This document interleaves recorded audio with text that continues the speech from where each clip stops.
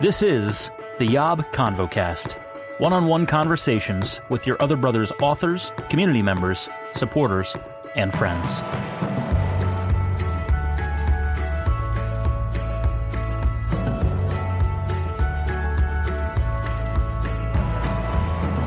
What's up, friends, and welcome back to the YOB ConvoCast conversations with the newbies and the not-so-newbies. Today we have a not-so-newbie. He's one of the OGs. We love having him. Sporting a New York Yankees baseball cap and a stylish little vest as well from the brisk land of enchantment. It's our other brother, Matt. What's up, Matt? What up, you guys? What up? As always, recording from his car. This is like our go-to way of talking to each other, Matt. You're in your car and I'm behind a microphone. I'm in a different location today doing some traveling, but it's cool to connect with you in a similar way once again. Yeah, I can see that. And I kind of like the background that you are in. It's pretty, right? Yeah, it definitely is. I've got a nice pretty. piece of art behind me. I've got a little felt reindeer right here at my desk, so it's very wintry. This house that I'm at, I'm house sitting right now, and the house that I'm in, I wish I had it within reach. I would show you, but it's like across the room. But there are these little felt animals all around the place, and there's a few birds that are over there, and they're wearing like jackets. And so interesting. People that know me know the inside joke of YOB is that every bird is a sparrow, because I call every bird a sparrow because that's just our little trademark name for the community members that we have here. Every sparrow finds a home. So I see all these little sparrows all around this house, and they're all wearing little jackets, and they're so cute. I kind of want to steal one. Why is that like your personality right now? Like I bet right now you are almost like in Enneagram 4 heaven, because it's very unique and it's very describing your soul. It is, yeah. I just love little sparrows. I commented on someone's Instagram earlier. It was clearly like some sort of a hawk or an eagle or something, and I just said, "Wow, what a majestic sparrow!" And I love making that joke. Eventually, there will be YOB merch that says "Every bird a sparrow" or "Every bird is a sparrow" or something like that. I envision that being YOB merch one day. But okay. But that's a little plug for YOB merch. We've got Life is Better with Brothers merch currently available at store.yourotherbrothers.com, so you guys can check that out. Matthew, we're going to talk about a lot of things. I have a list. I don't do this often. Usually with ConvoCasts, I already in my head know one or two things I want to talk about. But with you, I have I have 4 things that I want to talk about with you. And I want to make sure we hit them all. So are you ready to jump right into this? Yeah, I'm always ready. Always. You're always ready. This is the thing that I appreciate about Matthew. Not that everyone else isn't this way, but I pretty much know I can text Matthew and be like, "Hey, do you want to be on the podcast next week?" And he'll respond pretty promptly and say yes with like exclamation points. You never I hope you never feel roped into this or forced into it. I hope you enjoy. I think you do. I think you enjoy it coming on. I enjoy it, but if I ever feel like that and I'm not up for it, I will say no. You know how full my no's are. Say no to me, Matthew. I want you to say no to me one day. No. I don't think you've ever said no to a podcast, to my knowledge. We'll see if that changes in the near future. I'll see. Yeah, I'll let you know. I'll be sure to let the listeners know too if you ever say no to me. That'll be a historic day. But lots of yeses for Matthew. 7 years in running, I think, of podcast productions. Wow. So first thing, Matthew, is we're a little over a year removed from our Balloon Fiesta adventure. Mm-hmm. And you reached out to me to remind me that Balloon Fiesta was happening. I cannot believe that was now over a year ago. That just boggles my mind. Yeah, it doesn't seem that long. Like, for reals, like whenever we had Balloon Fiesta here in New Mexico, I had to text you, Tom. And actually, I sent you a picture. Yeah, I sent you a picture and it's like, yeah, basically like, wish you were here. I know you would enjoy this. And not only that, but my friends, the one that we went to the White Sands with, they actually missed you. They're actually asking when you're coming back. Yeah. And you told them, I think you're pretty cool. I hope you told them what the answer was, right? Yeah. The answer. Yeah. I told them, that the only way you will come back is if I go to Asheville first, which Perfect. I really need to. I really, really need to. I've never And been I told you if it's cheaper to fly to Atlanta or fly into Charlotte or fly into some other major airport, Matthew, I will drive. I will drive the distance to pick you up. So please let me know. Okay. But I hope you got there. How was the traffic? That was the main thing I wanted to ask you about. Because when I visited you last year, we were stuck in like 4 a.m., like no joke, like 4 a.m. traffic lined up on the interstate 5 a.m. trying to get there. Maybe we woke up at 4 a.m. But it was ridiculous. Yeah. So I was wondering if you accounted for that this year. So here's the thing. I actually wasn't going to Balloon Fiesta. I was going to sleep in, but I woke up like around 6, maybe a tad bit earlier, but like around 6. And I was just laying in bed. I was fully awake. And then I was like, do you know what? I'm going to go. I'm just going to go. And by that time it was 6:30. I just got dressed, washed up, brushed my teeth, and then I just headed straight to Balloon Fiesta. And when I got there, it was getting close to like 7, or it probably was 7. And actually traffic was great. I got through traffic, no problem. The only thing that I forgot was to check out money, because it's cash only parking. And I went up, I went up to the person who like does like the entry fee and all this stuff. And I told him like, hey, I totally spaced out the money. And it's like, do you know what? It's like, just go. And we're like, usually we tell people like to turn around, but like you're probably like the only car here, like the last person, and just go. So I did. I got a good parking spot, and I walked fast. So they actually started a bit late, probably because they wanted the wind to die down. So it kind of started it usually starts at 7 a.m., but it started around 7:30, around there. And I made it just in time. And it was great. I mean, I was there by myself, which, I mean, no problem for me. It was more freedom to walk around and to buy stuff. Yeah, it was great. And it always amazes me. Like, I live here in New Mexico, and I get to go to Balloon Fiesta every year, and it still boggles my mind how pretty hot air balloons are.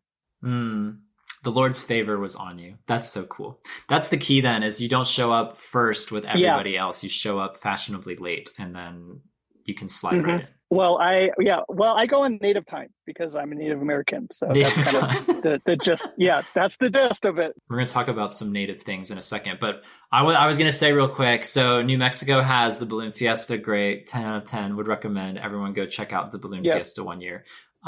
Asheville has, for this time of year, the National Gingerbread House competition. So you should come. Obviously, this year is too late, but maybe next year, Matthew, or some coming year during the November, December, January-ish time, you can come to Asheville, where they host the National Gingerbread House competition. And these gingerbread houses are majestic beyond anything your imagination could fathom. It's like, that's like our thing. That's like our little national thing that draws people, I guess. So, and it's a fun little place to walk around. It takes place at this historic hotel, this historic inn that overlooks the city, and you can walk around and look at all the fancy gingerbread houses.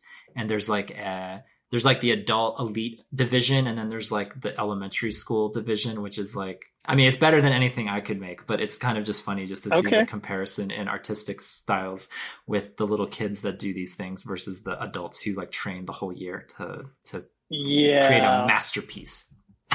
I mean, you have that, like the gingerbread house thing, and then not only that, but it seems like you also have the weirdness of Asheville too. Yes, on any given day, you can just walk around and just enjoy the weirdness of this city and beautiful murals and all kinds of glorious things.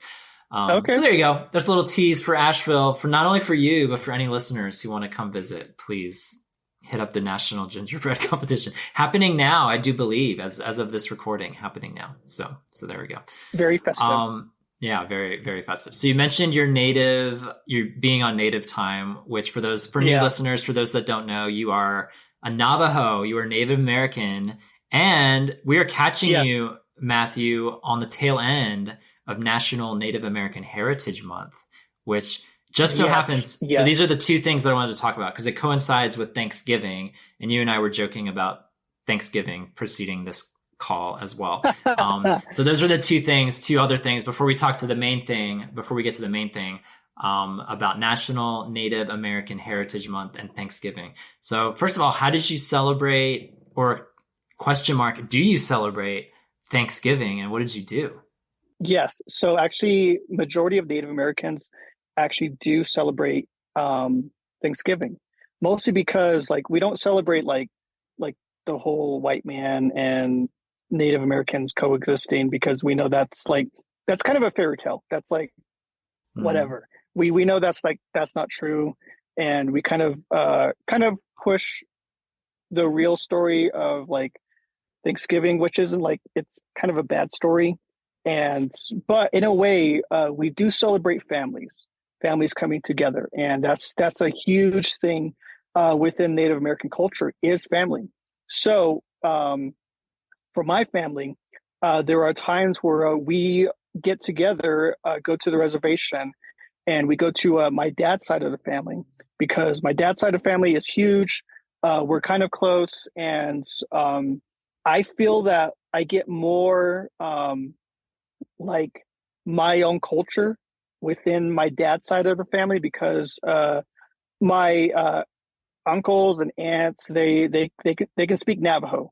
And not only that, but like it's on the reservation, and where my Nully lady, which means my paternal grandmother, lives, like dirt road, like in the desert. Like she and my Nully man are basically the patriarch of the family.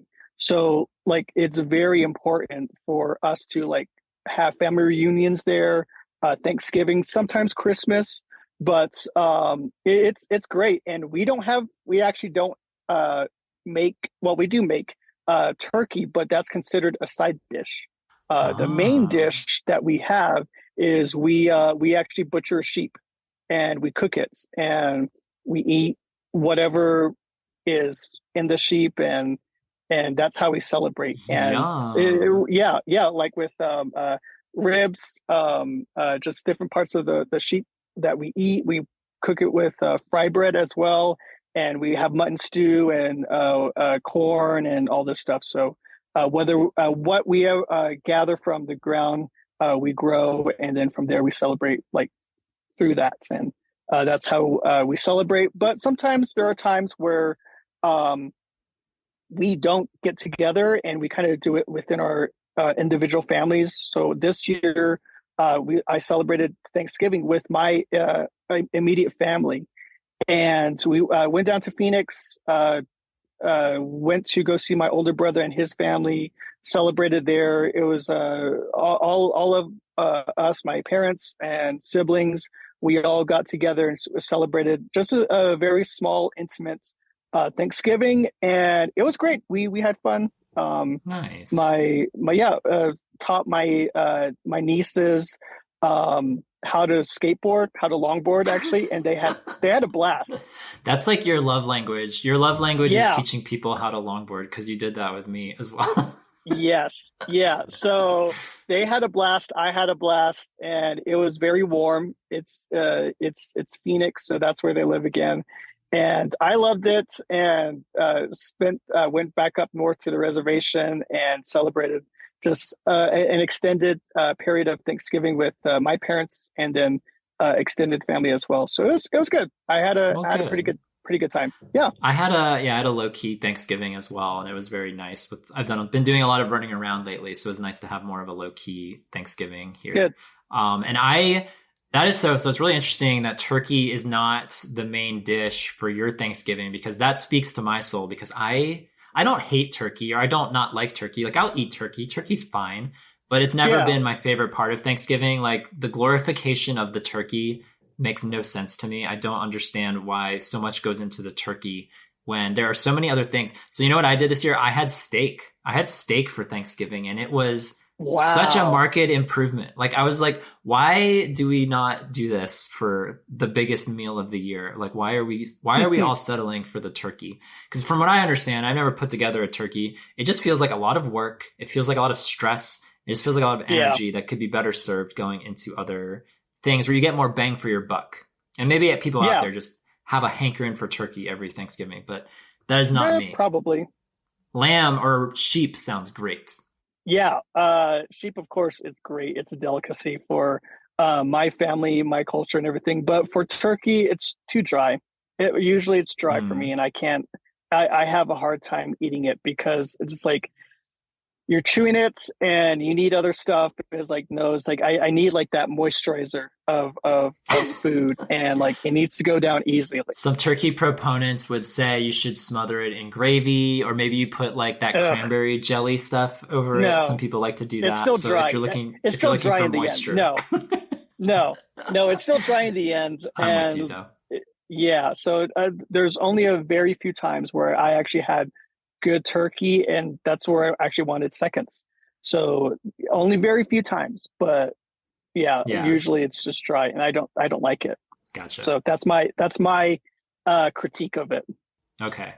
Well, the last thing I wanted to ask you about was since it's National Native American Heritage Month, is there anything about um, your specific roots as being a Navajo? Is there something just like an interesting fact you would like to tell for the listening audience so that we can appreciate your heritage and all Native American heritage before we turn the dial from this episode will probably come out in December, but November, we're celebrating this month in November. So Okay. you already gave us the fact about sheep for Thanksgiving, but what about, yeah, Yes. anything else come to mind? So okay. So here's a fun fact. Is that I think in the possibly 1920s, whether it's early or late, we actually didn't get our citizenship till like the 1920s, Mm. and we weren't considered like American civilians until then. So like Huh. think about it. That's like less than, or it's probably upcoming like 20 or 100 years. Like 100 years ago, we finally were considered as American citizens, and that right there is just like it speaks so much volume of like how I guess America has like in a way it's good and bad. Like good that we finally are considered American citizens, but at the same time it took so long, and that's kind of the bad side of it.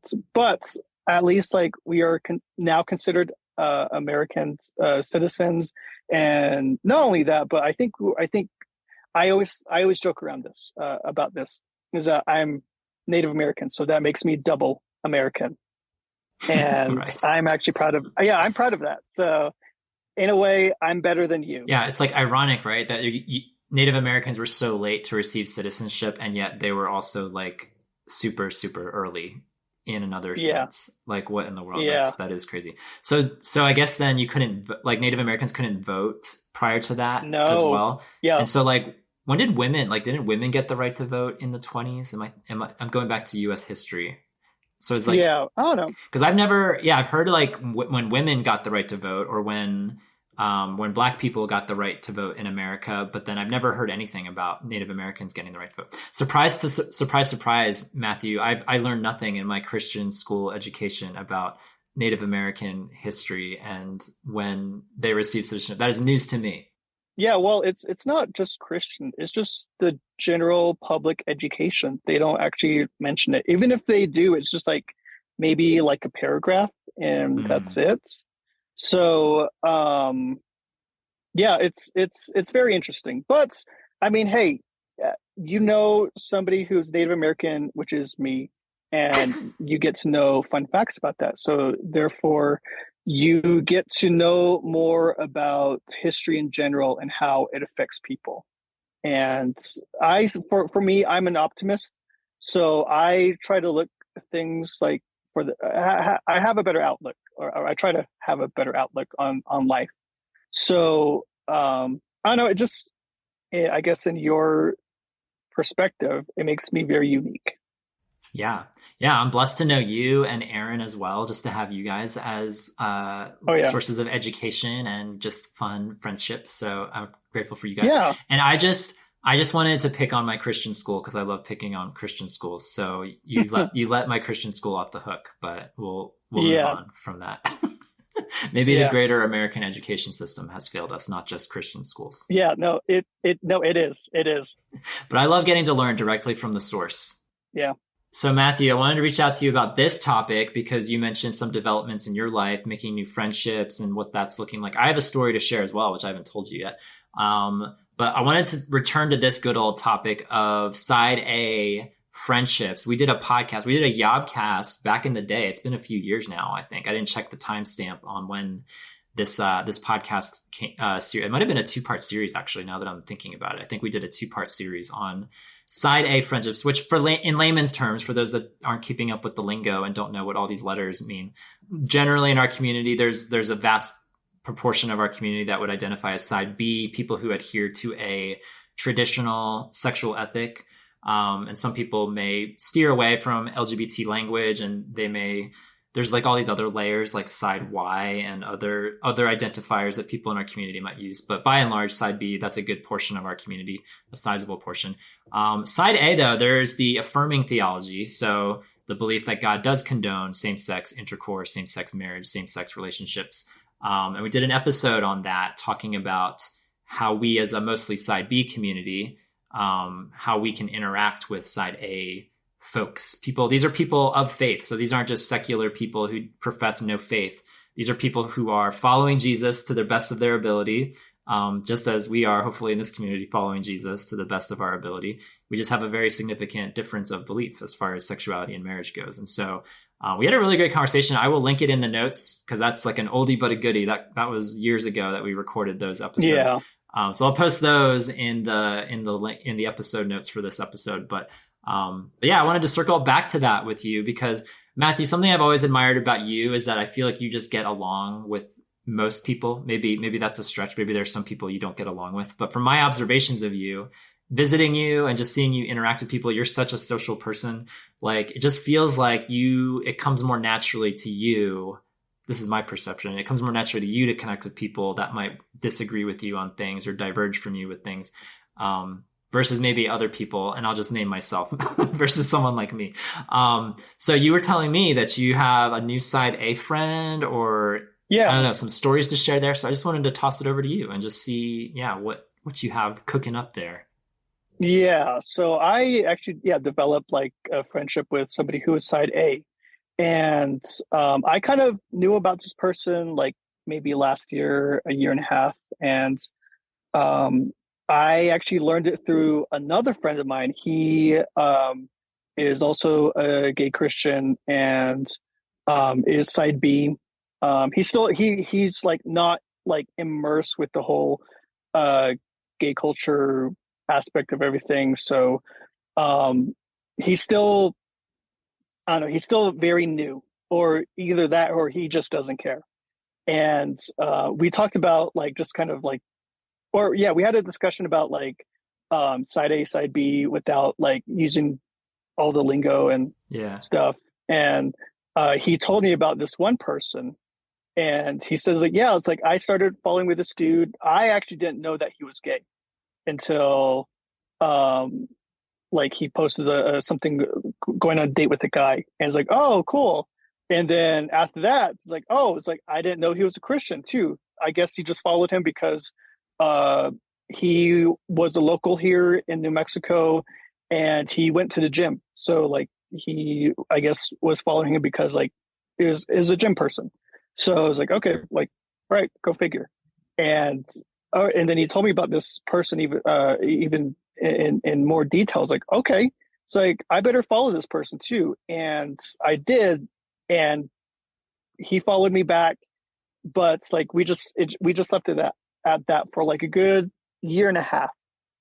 And then around, I think a couple of months ago, he messaged me, and he said like, hey man, it's like, it looks like you have a pretty close friendship knit with like all the people that you are you're involved with, and I would like to have a community like that. And then that's when we started chatting, and from there it kind of grew into like a good friendship. And um, for me, I already knew that he was gay, and I already knew he had a boyfriend, because he would post stuff about him and his boyfriend and just this and that. And um, and I told him, like, hey, it's like, if you want, like, maybe we can go hang out, we can go have coffee or go have lunch or dinner or something like that. I would like to get to know you. So it took like about like 2 3 weeks to finally like jot down like a date, like to get together, and which we did.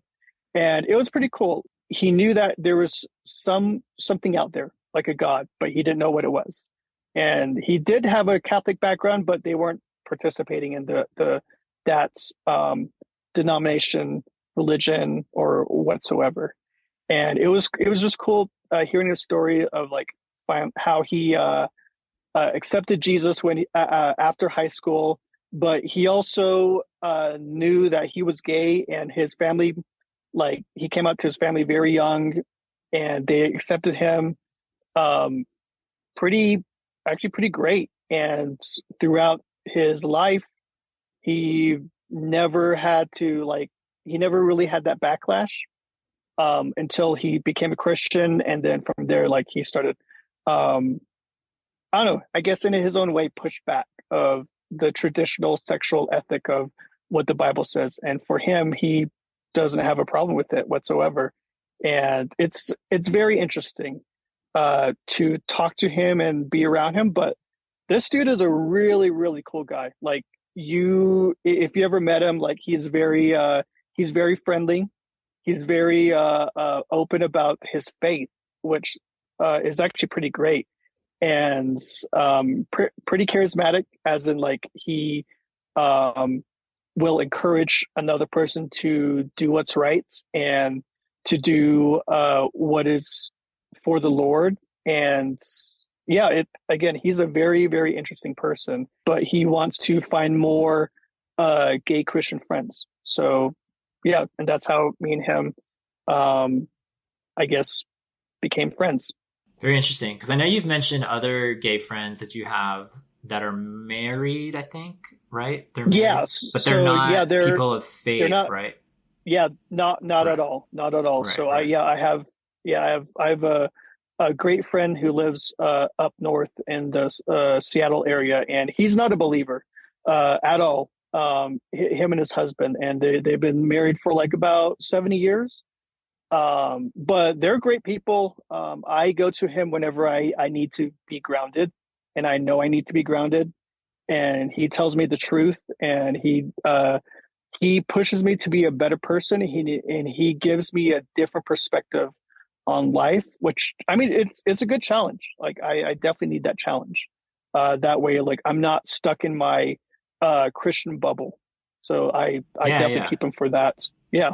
Yeah, you've mentioned him at least on one other episode, I think. But Hmm. going back to your new friend, a side A friend, so a person of faith. I'm curious. Yeah, I'm curious if the topic of has like theological differences, has that come up ever in conversation? Like, does that ever come up? Do you anticipate it coming up? Or No. how do you feel about that? Uh, so when we first started talking, when we first got together, like, he played, like, it was after we hung out. He asked me, like, so do you think homosexuality is a sin? And I just told him the truth. It's like, yeah, I think so. I mean, I follow the Bible. I follow what God says in the Bible. But I told him, it's like, well, it's like, not only that, but like, you got to think about, like, all the other stuff too. Like, there's a lot of stuff that is a sin, and not only that, but also abomination. If you go through, I think it was either Psalms or Proverbs, one of the books, and it lists like what God views as an abomination. Not only homosexuality, but there's a lot of stuff too. And I told him, it's like, well, I see it this way: is that in my perspective, and this is my perspective, is that for homosexuality, like, being a sin, is just like, it's not a disease, but in a way it's like that's the best way I can like describe it right now. Um, which I mean, it's probably wrong. I mean, if I'm wrong, I'm wrong. But this is how like I would describe it. And Jesus is the cure. But at the same time, like for us, we've been tainted by sin and we live in this sinful world. And for us being believers and us having the Holy Spirit in our lives, we also have leaks too. And there's a lot of stuff that we have to deal with and with our sinful nature. And it just points us to Jesus, and we just need Jesus. That's the end of it. And it just shows that I need Jesus like every day, every hour, like how that hymn says I need I was him. about to sing the song. Yeah. Yeah. Every hour. No, yeah. But yeah, I mean, and so he knows that like I view the Bible and view marriage as a traditional like sexual like side B person. So but like we never had like disagreements, like arguments. And like he's made fun of me and I made fun of him. But like I think there's a respect. There's definitely a respect between us. And I think that's where we're at right now. And he's been through this a lot. He told me just stories about how pastors in the past of different churches that he's been to, like, would tell him like, "Hey, what you're doing is sinful. Being in a relationship with another guy is sinful," and he knows that. He's heard it before, but like for him, like his conviction is like he doesn't see it as a big problem. So Gotcha. again, very interesting guy. But I treat him as a human being. I treat him as somebody who is in need of Jesus as the same as me. Yeah, absolutely. Yeah, just like talking about the disease metaphor. I mean, that's being fallen, like being a fallen human living in a fallen world. Like the disease manifests in all sorts of ways, and sexuality, both for gay people and for straight people, manifests, and it manifests in physical illness and disease in that literal sense, but then, you know, all kinds of problems across the spectrum. So I can see the image there. And I wanted to share this story real quick before. I don't have the hourglass with me today, Matthew. Otherwise I would be keeping more precise track of time, but we got a few minutes left. Cause this is something that I'm trying to like push myself. Hopefully you would appreciate that I'm trying to push myself to grow in this area. Cause I've always felt like very, and a lot of this is my upbringing of just growing up in a Christian bubble. So like talking to non-Christians or talking with people that believe differently from me about certain things, and certainly sexuality is at the top of that list, just feels very foreign to me, feels very uncomfortable, feels very just not something I've ever been grown up with and never was like forced or thrust into. And so I know this is an area that I need to grow in. I feel this compunction, conviction, whatever language you want to use to grow in this area. Because the only other time I remember doing this, other than the story I'm about to tell, was when I was living in California, which was years and years and years ago. It's like back when I first met you. I moved across the country to live in California. Oh yeah. But I was like lonely, and I remember looking up, there is a website that you can no longer use. I'm not going to name it. You can no longer use this website to find. A lot of people would use it to find hookups, but then you can also use it to find just connections with people. And I was clicking around on there. You probably know the website I'm thinking of, but I was clicking around on there, and I saw there was someone who identified as a gay Christian, and he was looking for other gay Christians to connect with. And that wasn't language I would have used back then. It was very like I knew from reading his post where he stood. We didn't have side A, side B language back then, back in like 2011, 2012, probably. But I was, so like I sort of knew what I was getting into when I met him for coffee one day, but we set it up to grab coffee one day. And I just remember from the beginning, from the jump, that it felt like we were standing on opposite sides of a cliff or opposite sides of a chasm. And he believes this and I believe that. And and the conversation was so stilted. Like I can't remember us like having something that we could have some kind of common conversation around. And so I just remember like grabbing coffee with him for 30 minutes, 45 minutes, whatever it was. And then we said goodbye and never talked again. And that was that. Yeah. I was like, oh, well, I think a lot of that was just personality differences. Like, I don't know. We didn't necessarily have a lot in common. So that's another part of it. It wasn't just the fact that we had this big difference in belief on sexuality, but But the story that came to mind when you were talking about having a new side A friend was that a month ago, maybe 2 months ago, 2 or 3 months ago, I would say, I got a message on Couchsurfing, which is this website I've used through the years to connect with local travelers. I've used it to stay on strangers' couches, and other strangers have used it to stay on my couch over the years. And so I got a message on Couchsurfing from a gay man, a few years younger than me, I think in his either young 30s or late 20s. And he needed a place to stay. And I forget what I was doing at the time, but I wasn't available to host him. But I told him that I'd be open to grabbing lunch or grabbing coffee or something, because some people like doing that. Some people are only looking for a place to stay. But some people don't mind the interaction, because he remember the reason I offered that was because he looked at my profile, and like, I don't say too much in my profile. I'm not like so specific on my profile about like, I don't think I list your other brothers. I don't list what I believe, because I just don't think that's the outlet for that. But I mentioned just having a blog where I talk about sexuality, where I talk about masculinity. So that's kind of the generic level of what I post on my Couchsurfing profile. So he saw that and thought it was super interesting. As someone who grew up in a faith tradition, who no longer, I don't think, ascribes to a faith tradition anymore, but he talks about like growing up in that and how he identifies as gay or queer, and he just wanted to grab lunch if I was free.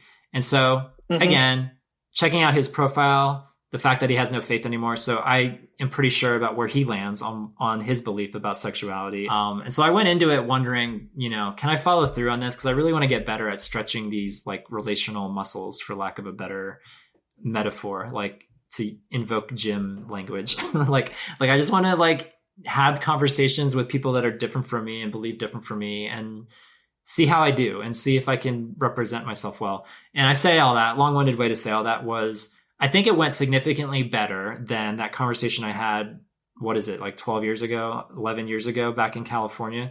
Like, we rallied around more things about growing up in the church and how difficult that was and everything. But I just remember a significant part of the conversation, because he wasn't sure what I believed. He thought I was just gay, and that meant, I'm down to find a boyfriend. I'm down to, and there was a point in the conversation where I mentioned Henry Nouwen, and he had never heard of Henry Nouwen. And I talked about how he's like a hero to so many people in our community as somebody who experienced homosexual desire, but believed that God was calling him to singleness and celibacy.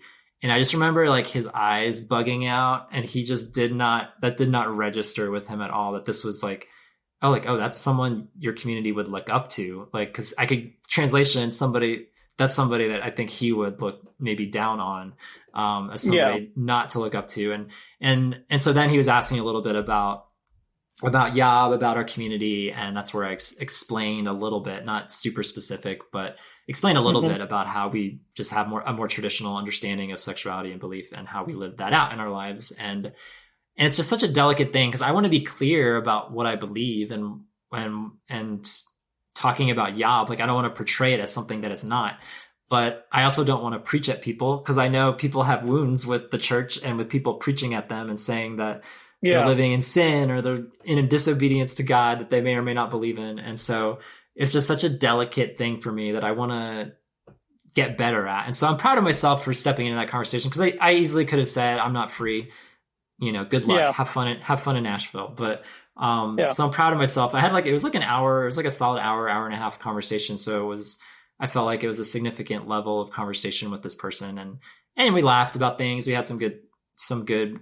storytelling around some certain things. But then I don't know, that part of the conversation stands out to me as like, I hope I did a good job, or a good enough job, telling him what I believe, but then also not like speaking down to him in a certain way. So so that was my story from this conversation. Yeah, you should never speak down to anybody. I mean, there are times that, we're human. We do that sometimes. And but you got to take responsibility for that, and own up for it, and be better next time. And and through that, you get to learn about yourself and your errors of your ways and all this stuff. And for myself, I used to probably have that mindset of thinking that somebody who was a Christian, but then I identified as side A, I probably used to think that they were lesser than me. but through the years of just trial and tribulation and just challenging myself to be a better person, it's like, no, it's like they are your equals in a human being sense, and don't ever look down on another person for that, because they think differently, live differently, hold a different belief than you. Treat them with amount of respect as possible, and if they don't treat you with that same respect, that's going to be on them. Yeah, you did your best. You did your best of treating that person better than they should. Probably they probably weren't in the past or something like that. But for myself, like with me and my new friends, like I see something in him that that I want to that I want to encourage, and I want him to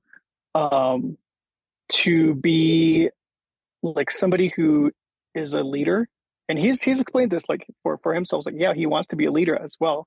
But I think for me, like, I kind of like put aside him being side A, and I just view him as a friend and a believer.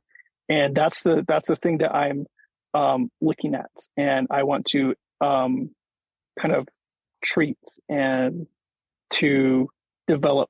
And it's like, hey, it's like not everybody who is a jerk to you like is a bad person. And there could be a bad person and be a jerk, but it's like for myself, it's like, yeah, I'm a jerk, but I own up to that, and I want other people to be better, and I want to be better as well. And I don't know, I see so much potential in him, and I want to invest in that. Aw. Yeah. You're our favorite jerk, Matthew, who comes on this show. I'd better be. We love you. Yeah, we do.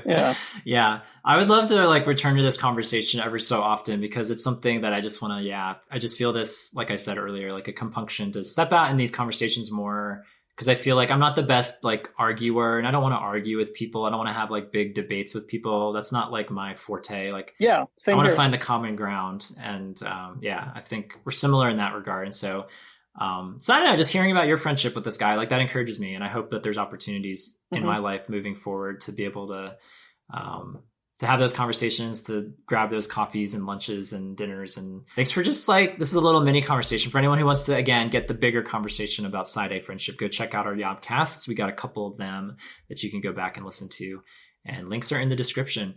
Last thing I'll say, Matthew, is that the people are hungering for a conclusion to your blog. You left us hanging like months ago, Matthew, and we have no resolution. Yeah, I've actually been busy. So you told a girl you liked her, and you left us hanging. Oh my gosh. Okay, so one of these days I need to come back, because there's a continuation of that story.